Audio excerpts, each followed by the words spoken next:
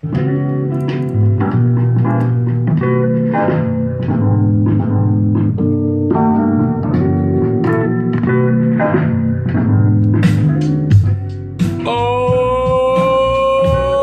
shit! We're back again for another episode, people.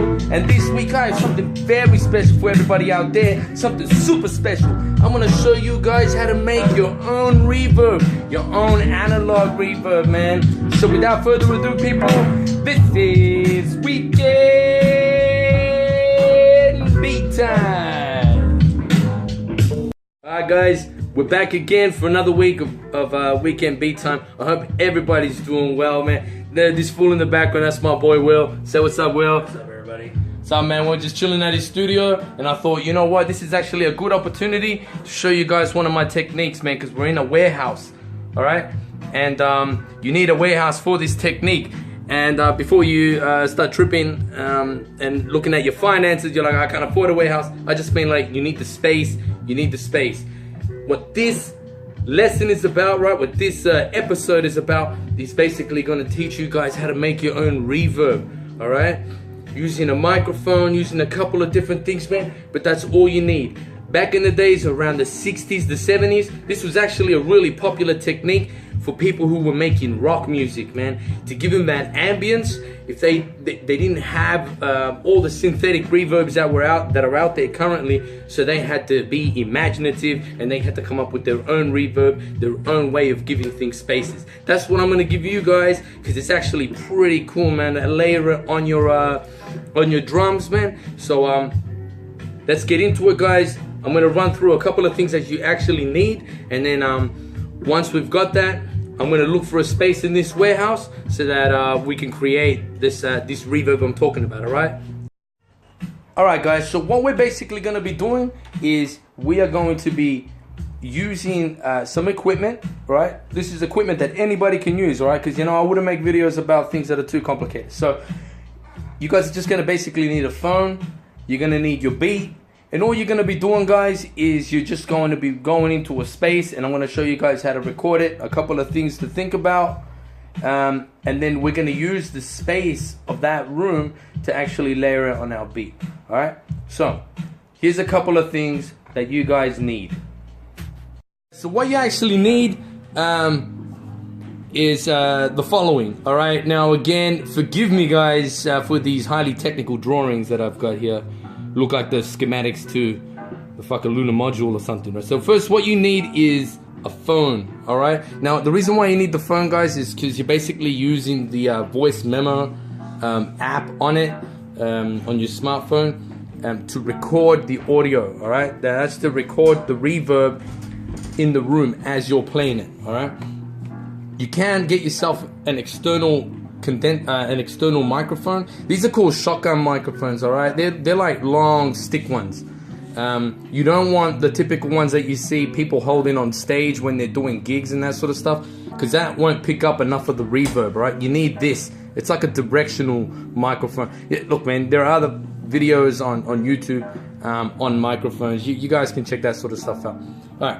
The other thing that you need is you need something to be playing your beats. Now, this is supposed to be an MPC, but remember, guys, the MPC needs to have power. So it may not be in your best interest to use your MPC or your equipment to lug it around, right?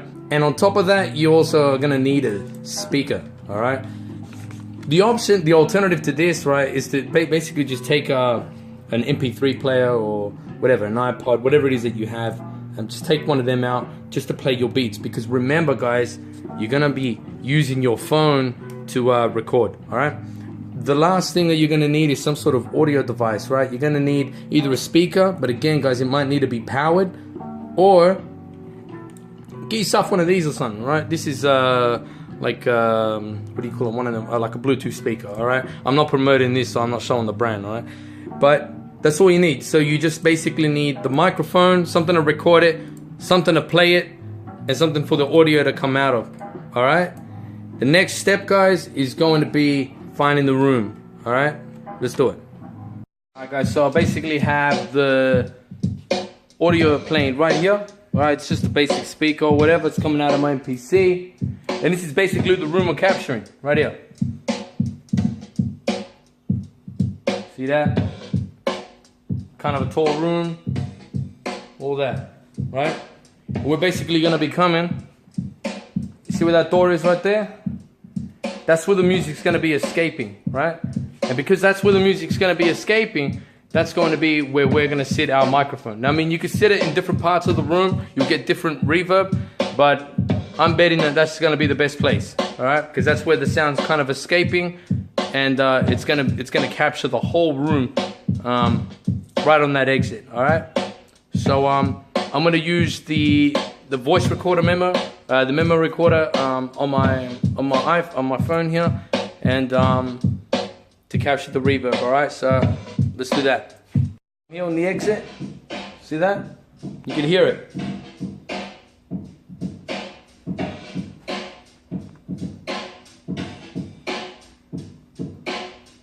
All right, I'm gonna capture that. Alright guys, so I have my reverb recorded.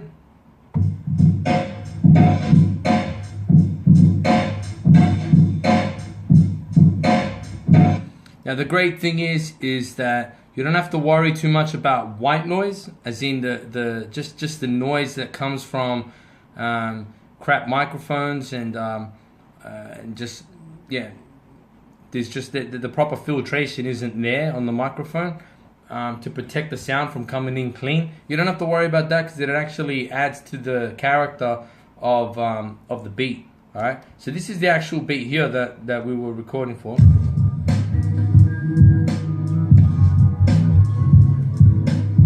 Grab this. All right. And we're gonna put the reverb on it. All right. Let's do that. Come to the MPC. The thing we need to do, we need to chop our sample till we get our loop. All right, let's do that. Guys, so here is my reverb now. I've put it on a different layer. All right, we're gonna layer this on our drums. All right. All right. Now the second thing that I've done is you want to make sure, regardless of the program that you're using, you want to make sure that it's on mono. All right, meaning that when I hit this button, right, to start it, if I want it to end, as soon as something else hits, it ends, all right? So what we do not want for it to overlap, all right? So if I hit two of these at the same time, let me show you. If I put it on poly, if I hit two of these at the same time, see how there's two playing? You don't want that, all right? You don't want that. Make sure that it's on mono so it cuts itself off on the loop, all right? Okay, that's the second thing. Now, the third thing is this, guys. I compressed it, all right? I added compression to it. Now, the reason why I do that is, I mean, it's only just to shape the sound, really, all right? I felt that it sounded just like it was coming out of my phone, you know what I mean? So by compressing it, I squash it down a little bit, all right? I put the threshold down, I squashed it down a little bit, and then what I did was I really solidified that sound. That's exactly what I wanted. I didn't want it to escape. I wanted it to remain like that, all right? That's why I put my ratio up, all right? So my threshold was down a little bit, my ratio was up. I didn't want it to escape from that. It was just staying there. And then I put the gain up to make it sound a little bit more aggressive, all right? This is the sound I ended up with. Okay? And then the process is to put it on. Alright. Alright guys. The last thing I need is, so after I did that, I went and I started the loop of what I recorded exactly the same at the same time as the loop of my drums, all right, of my drum sequence. Now here's the thing, guys, right? When you're trimming off your the reverb that you captured, don't make it perfect, all right? The reason why is this, all right? When you grab a frequency, all right, say this is my frequency and it starts right here, all right? It starts right, That's where my sequence starts. If you get the sound of your reverb, right, what you recorded, and you start it at the exact same time, what's going to happen is you're going to get what's called phasing, all right, which is when two frequencies are trying to play on top of each other, and what happens is they clash, all right. Don't chop it perfect, all right? Don't chop it perfect. Don't zoom in. I know on computers you guys can zoom in like it's a lot and really get it down to the millisecond, you know? Don't chop it like that. Be a little rough with it so that you don't get this, so that they play just a little bit off. Just a little bit off, you know what I mean? My drawings are shit, man. But you get the idea, all right? That way they don't clash. Alright, so let's do a comparison. Alright guys, it's come to the moment of truth. What we have here is, I've got the beat. I'm going to play it without the reverb, and then I'm going to put the reverb that we captured on top of it, then I'll let the beat slide, man.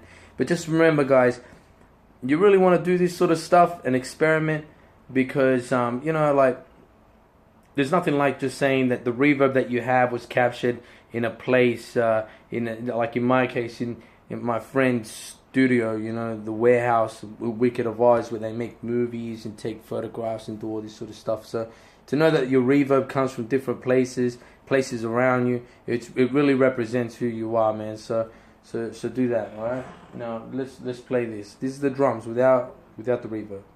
Let's do it. Now I know these aren't monitors either, you know what I mean, but it's all good. Reverb.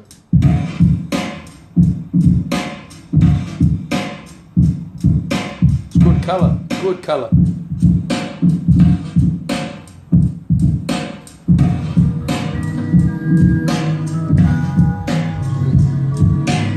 Alright guys, well that's it for me, man. Peace. You know what I mean? Take care of yourselves, guys. Stay off the crack. You know what I mean? Be good to your family, man.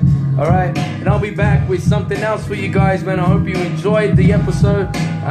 Making your own reverb, man. Get those creative juices going, people. Get them going, man. And I'll see you next week. I'll see you next weekend on Weekend Beat Time. Alright, guys? Peace.